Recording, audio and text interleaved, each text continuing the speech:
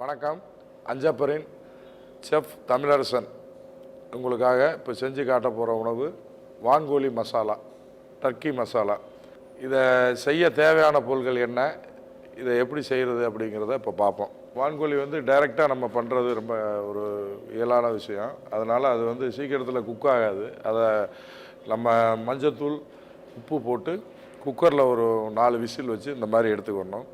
சின்ன வெங்காயம் பொடியாக கட் பண்ணது, தக்காளி, சின்ன சின்ன பூண்டாக கட் பண்ண பூண்டு, மிளகு சீரகம் அரைச்ச மசாலா, இஞ்சி பூண்டு மசாலா. தாளிக்க நம்ம நல்லெண்ணெய் யூஸ் பண்ணுறோம். வான்கோழி கொஞ்சம் ஹீட் அதிகமான ஒரு உணவு, அதனால் நம்ம நல்லெண்ணெய் யூஸ் பண்ணுறோம்.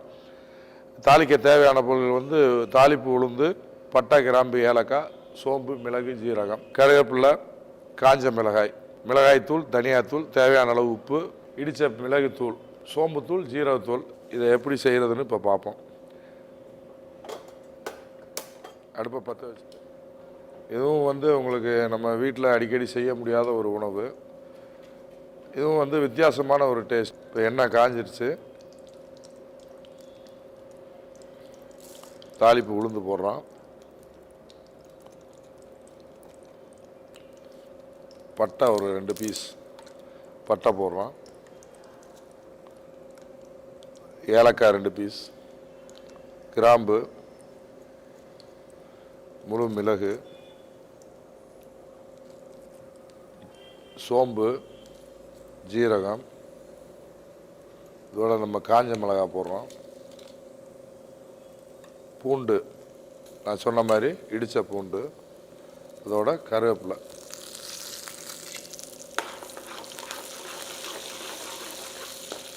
வான்கோழி நம்ம மசாலாவும் செய்யலாம், ட்ரையாகவும் செய்யலாம், சுக்கா மாதிரியாகவும் செய்யலாம்.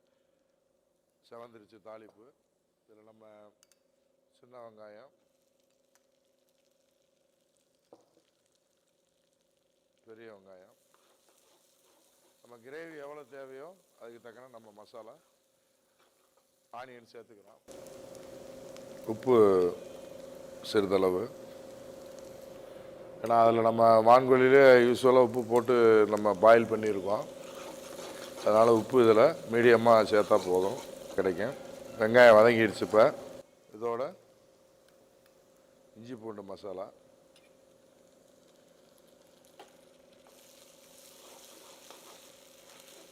எப்போவுமே நம்ம இந்த மாதிரி நான்வெஜ் போட்டு செய்யும் பொழுது அந்த இஞ்சி பூண்டு வெங்காயம் எந்த அளவுக்கு நம்ம நல்ல முறையில் ஃப்ரை பண்ணி பண்ணுறோமோ அதை அந்த ஃப்ளேவர் உங்களுக்கு கடைசி வரைக்கும் அப்படியே கிடைக்கும். நல்லா ஃப்ரை ஆயிடுச்சு. தக்காளி சேர்க்குறோம். தக்காளி ஒரு 2 ஸ்பூன் அளவு. தக்காளி சேர்த்த உடனே சிறிதளவு மஞ்சள் தூள்,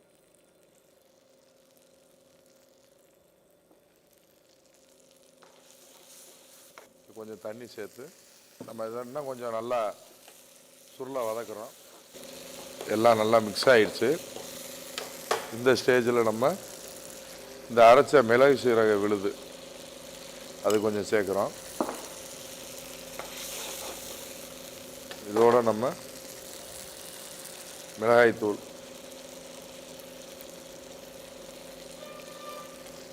ஒரு 1.5 ஸ்பூன் மிளகாய்த்தூள், ஒரு 1/4 ஸ்பூன் மல்லித்தூள், இந்த மசாலாவும் சேர்த்து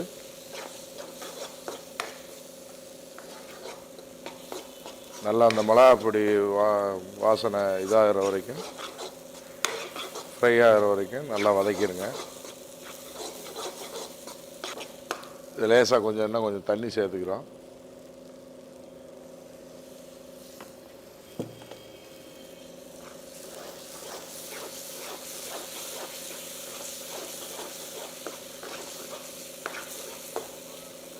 நம்ம இந்த மாதிரி தண்ணி சேர்த்து இந்த மசாலா அந்த கெட்டியான இருக்கும் பொழுது நம்ம ஏற்கனவே வேக வச்ச அந்த வான்கோழியை இதோட நல்லா மிக்ஸ் பண்ணி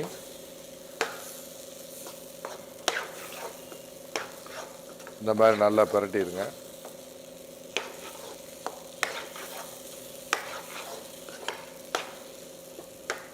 பிரட்டிட்டு அது நல்லா ஒரு 5 நிமிஷம் நம்ம தண்ணி கொஞ்சம் சேர்த்து அந்த மசாலா கலவை அதோட மிக்ஸ் ஆகிற அளவுக்கு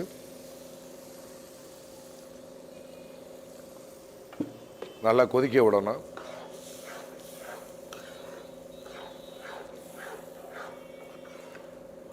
அந்த வான்கோழி பிரியாணி சொன்னேன் இல்லைங்களா, அந்த வான்கோழி பிரியாணி வந்து இதை நம்ம பாஸ்மதி ரைஸில் செய்கிறத காட்டிலையும் ஜீரக சம்பா ரைஸில் செய்யும் பொழுது இன்னும் கொஞ்சம் நல்ல கூடுதலான சுவை கிடைக்கும்.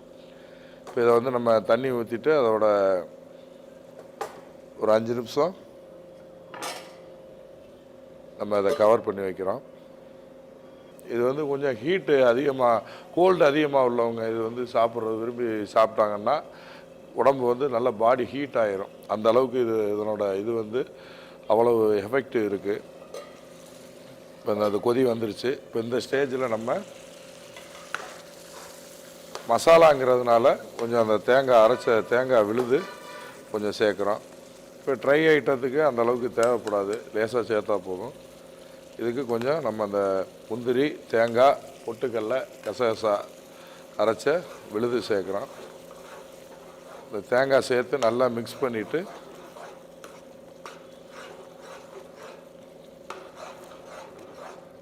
இதில் நம்ம அந்த தேங்காய் சேர்க்கும் பொழுது சிறிதளவு நல்லெண்ணெய் ஒரு ஸ்பூன், நல்லெண்ணெய் கொஞ்சம் நல்லா அந்த ஃப்ளேவர் நல்லா கிடைக்கும்.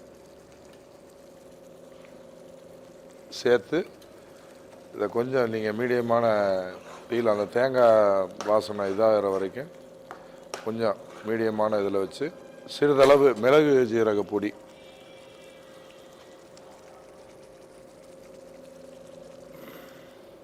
அதோட ஃபஸ்ட்டு கொஞ்சம் சோம்புத்தூள், ஜீரகத்தூள்,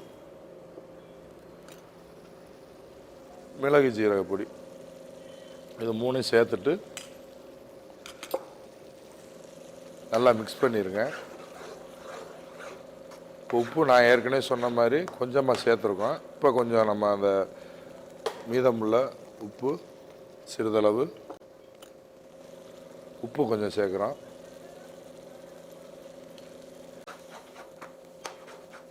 இதை நம்ம அப்படியே இப்போ எல்லா மசாலா கலவையும் நம்ம சேர்த்துட்டோம். தேங்காய் வாசனையும் கொஞ்சம் கலந்து எல்லாம் ஒரே கலவை ஆயிடுச்சு. இப்போ நம்ம ஒரு 2 மினிட்ஸ் 2 நிமிஷம் அப்படியே தம்மில் வைக்கிறோம். அந்த எல்லா கலவையும் மிக்ஸ் ஆகி எண்ணெய் பிரிஞ்சு வருது. இப்போ நம்ம கொத்தமல்லி சிறிதளவு, கருவேப்பிலை நான் முதல்ல சொன்ன மாதிரி கொஞ்சமாக கிள்ளி போடுங்க. இதோட நெய் சிறிதளவு, டிஃப்ரெண்ட்டான இது கிடைக்கும். வாசனையும் உங்களுக்கு அவ்வளோ அருமையாக இருக்கும். உங்களுக்கு வான்கோழி நம்ம சிக்கன் இதை காட்டிலையும் இந்த வான்கோழியோட இதே வந்து ஃப்ளேவர் வந்து அவ்வளோ அருமையாக இருக்கும். ஏன்னா கொஞ்சம் கூடுதலான டைம், இப்போ சிக்கன் மட்டன் இந்த ஐட்டத்தை விட இது ஒரு 10 நிமிஷம் வந்து கூடுதலாக இருக்கும். ஆனால் அந்த அளவுக்கு இதனோட இது வந்து நல்லா எஃபிஷியண்ட்டாக இருக்கும். இப்போ சூடான சுவையான அஞ்சப்பரின் வான்கோழி மசாலா ரெடி ஆயிடுச்சு. இது எப்படி இப்போ சர்வ் பண்ணுறதுன்னு இப்போ பார்ப்போம். இது பீசஸ் நமக்கு எப்படி வேணாலும் சிறுசாக வேணாலும் நம்ம கட் பண்ணிக்கலாம், நம்மளோட விருப்பத்துக்கு தக்கன மாதிரி.